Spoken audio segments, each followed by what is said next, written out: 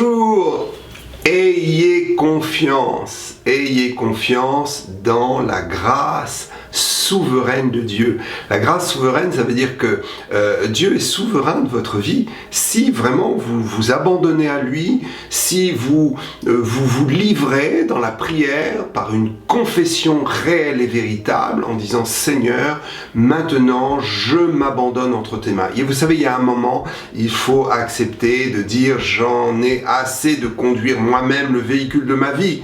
Et j'ai envie que Dieu prenne le volant et me conduise, j'ai envie de me reposer. Le temps est arrivé pour vous de vous laisser conduire par le Seigneur et de lui faire pleinement confiance parce que sa grâce est souveraine. Sa grâce peut être vraiment souveraineté dans chacune de vos décisions, dans chacune de vos prises de position, dans chacune de vos décisions. Dieu peut être souverain, il faut juste lui faire confiance. Je voudrais lire avec vous quelque chose d'important dans l'épître, la deuxième épître de Timothée, chapitre 2, versets 1 et 2. « Toi donc, mon enfant, fortifie-toi dans la grâce qui est en Jésus-Christ. » Comment pouvons-nous nous fortifier dans la grâce?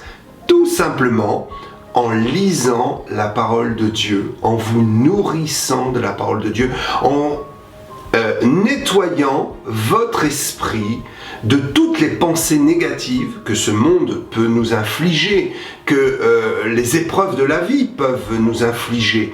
Nettoyons nos pensées, nettoyons notre mentalité en lisant la parole de Dieu. La parole de Dieu a vraiment cette extrême grâce de pouvoir nous conduire vers de nouvelles espérances, vers de nouvelles prises de position, vers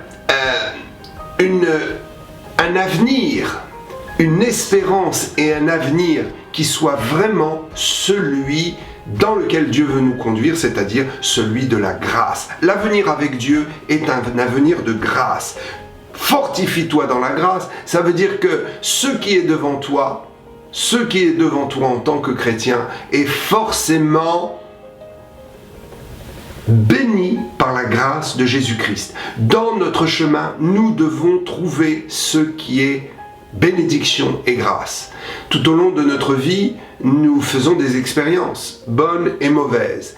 Et parfois, nous avons la tendance, la fâcheuse habitude, une habitude humaine, de nous focaliser sur nos échecs. Au lieu de comprendre qu'il y a toujours sur notre route des parts de réussite qui sont bénies de la grâce de Dieu. Et nous devrions plus nous intéresser à ces parts de bénédiction et à la réussite que nous pouvons croiser sur notre chemin, parce que dans cette réussite réside la grâce de Dieu pour nous.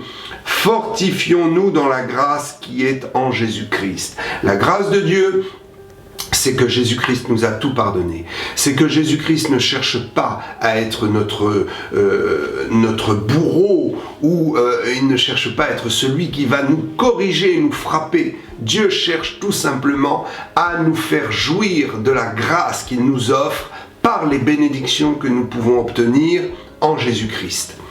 Alléluia. Ce texte de l'Écriture est important car il nous dit « Fortifie-toi dans la grâce qui est en Jésus-Christ ».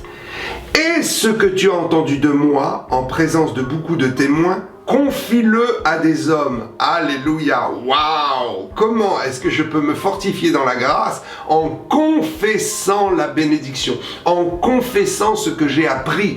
Quand j'ai entendu un prédicateur prêcher de bonnes choses et quand ce prédicateur m'a enseigné vers des voies de grâce et d'espérance, je dois prendre ces messages et les confesser autour de moi. Non seulement les confesser dans la prière devant Dieu, mais les confesser aussi aux gens que je croise. Voyez-vous, nous avons tellement à apprendre dans le domaine de la confession. La confession, ce n'est pas simplement de dire des choses dans la prière, ou de se parler à soi-même, ou de confesser lorsque nous sommes dans l'adversité, de proclamer la parole de Dieu. Ça, c'est très très bon et nous devons le faire. Mais la confession ne s'arrête pas là. La puissance de la confession va beaucoup plus loin. Et l'apôtre est en train de dire à son élève Timothée, l'apôtre Paul, dira: ce que tu as entendu de moi, eh bien vas-y, proclame-le, dis-le à d'autres, enseigne-le à d'autres. Vous savez, lorsque nous sommes dans des difficultés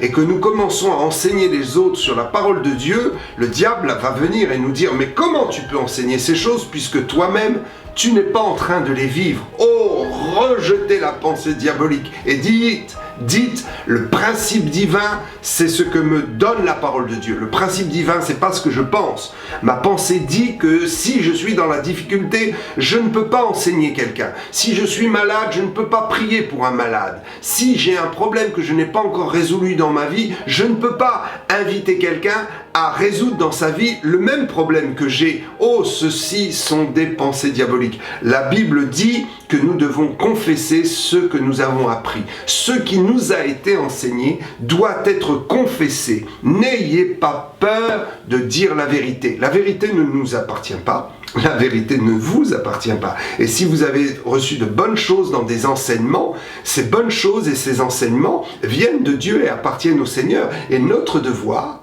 c'est de les partager autour de nous. Et plus nous allons partager ce que nous savons être la vérité, ce en quoi nous croyons, plus nous allons enseigner les autres et plus nous allons découvrir qu'une grâce surnaturelle est en train de jaillir de nos cœurs et de notre vie. Il faut s'enseigner soi-même, il faut se motiver soi-même en portant la bonne nouvelle autour de nous. Ce que nous avons reçu, nous devons le distribuer et nous devons le confesser. Alléluia, que Dieu soit loué. Fortifions-nous dans la grâce de Dieu et aujourd'hui et cette semaine, enseignez quelqu'un à propos de la parole de Dieu. Encouragez quelqu'un à propos de la parole de Dieu. Donnez les oracles de l'Éternel.